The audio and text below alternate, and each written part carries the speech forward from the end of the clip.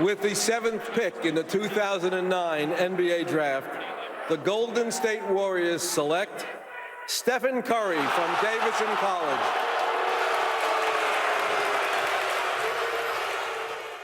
It's a father's dream to watch your son compete and do the things that you did, and he's better than you are. There's no doubt about it. Are you gonna give my point guard 3 hezzies? You gonna go here, here, and then here again? I'm like, damn. 3 hezzies? Give my point guard 3 hezzies though for the L. Real Bad boy. What? Stephen A., you okay with KG putting Curry and MJ in the same sentence? Skip Bayless, Molly Gurm, let me say this. Yes, I am. Ooh, really? Yes, I am. And Steph Curry, I'm going to say it right here on the airwaves right now. Steph Curry is the best player in the world. I'm going to say that. I know that LeBron can do more on the defensive end. I know that Kevin Durant is a freak of nature. But LeBron can't do what Steph Curry can do offensively. And Kevin Durant doesn't want to do bad enough what Steph Curry does offensively.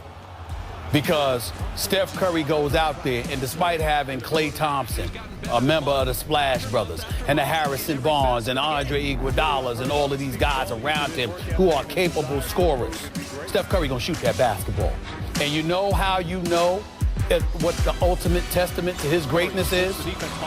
He can shoot as much as he wants, and nobody has a thing to say. Why? Because it's usually going in. Offensively, how are you going to stop him?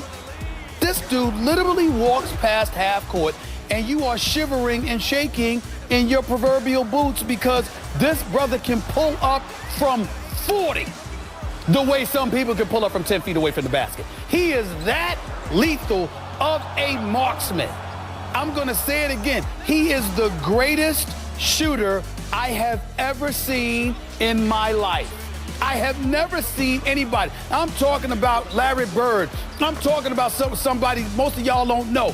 Andrew Toney, you can appreciate that name, Skip. I'm talking about Ricky Parrish. I'm talking about Del Curry. I'm talking about downtown Freddie Brown from the 70s with Dennis Johnson and Jack Sickman, those boys in Seattle with the Supersonics. I don't care who you pick.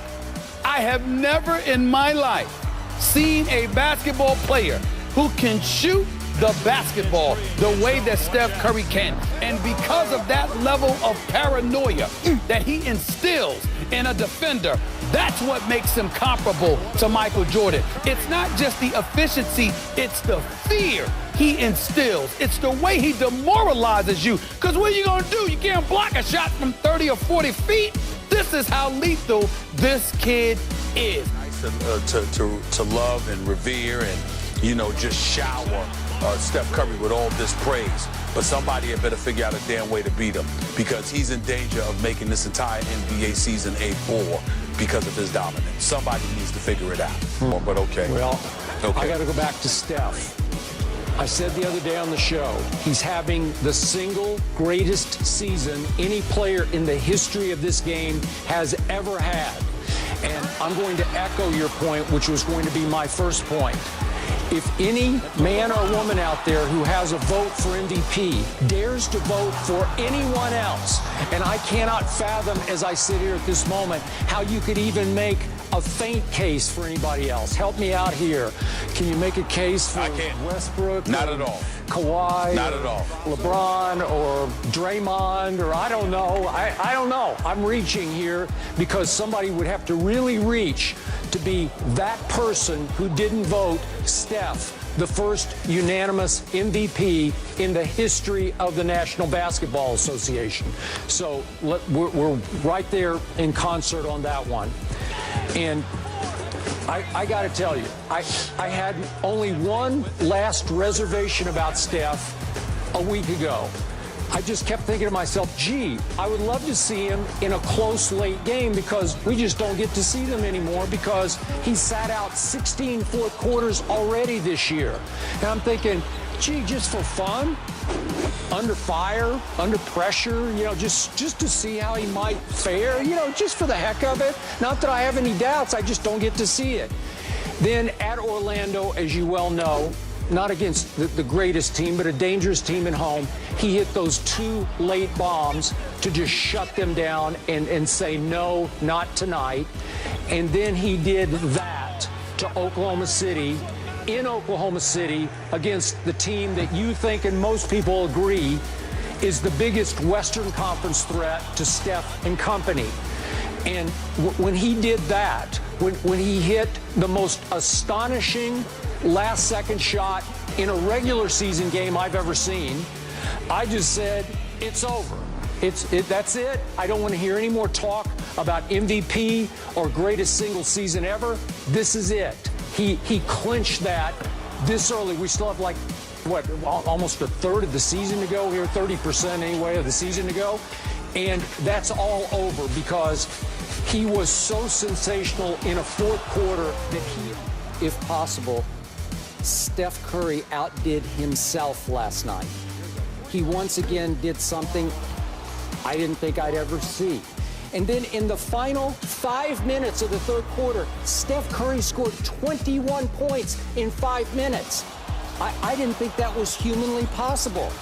But he scored 14 of those points in the final minute and 53 seconds. And I'm thinking that can't happen unless, as you and I often talk about, you can make three-pointers like they're layups. You can make them almost from half court like they're free throws. And that's what he did. He made his last 4 threes in the final 153. Want the distances from 25 feet, 30 feet, 29 feet, and 30 feet. And for those who don't get it, the line's about 24 feet. So that the last couple, he's shooting them 6 feet beyond the arc.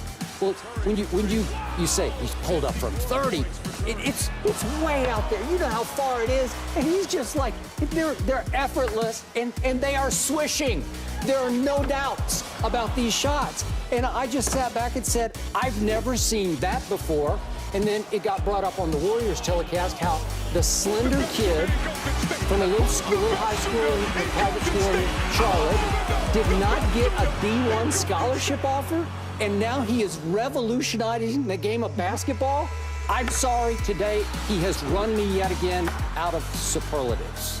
Well, like I said, he's the best player on the planet right now. Over these first 20 games, he's the best player on the planet. I mean, it's just that. Think about that. And he is revolutionizing the game of basketball because for so long, due to Air Jordan, and then, you know, Kobe, and then LeBron with D. Wade and these boys.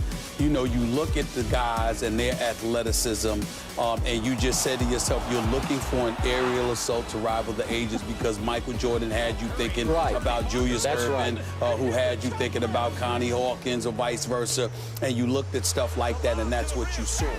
There is simply no way to stop this young brother right here. It is special beyond measure.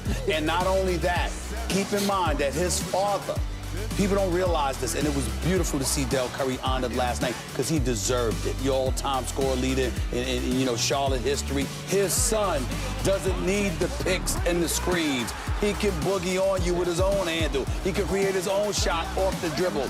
And oh, by the way, he doesn't spot up anywhere. It's off balance. It's falling backwards. It's leaning forwards. It's falling one sideways, one way to the right or to the left. It's the corner. It's the wing. It's the key. It's half court. It's the hashtags. It's 15 feet in. It does not matter. There is no player in NBA history that has done what this kid is doing from a marksmanship perspective. The season is now complete. The Golden State Warriors are the 2015 NBA champions. Their first title in 40 years. I don't think I've reached my ceiling. I always feel like I can get better. Yeah, I still feel the same way on the court now like when I was a kid.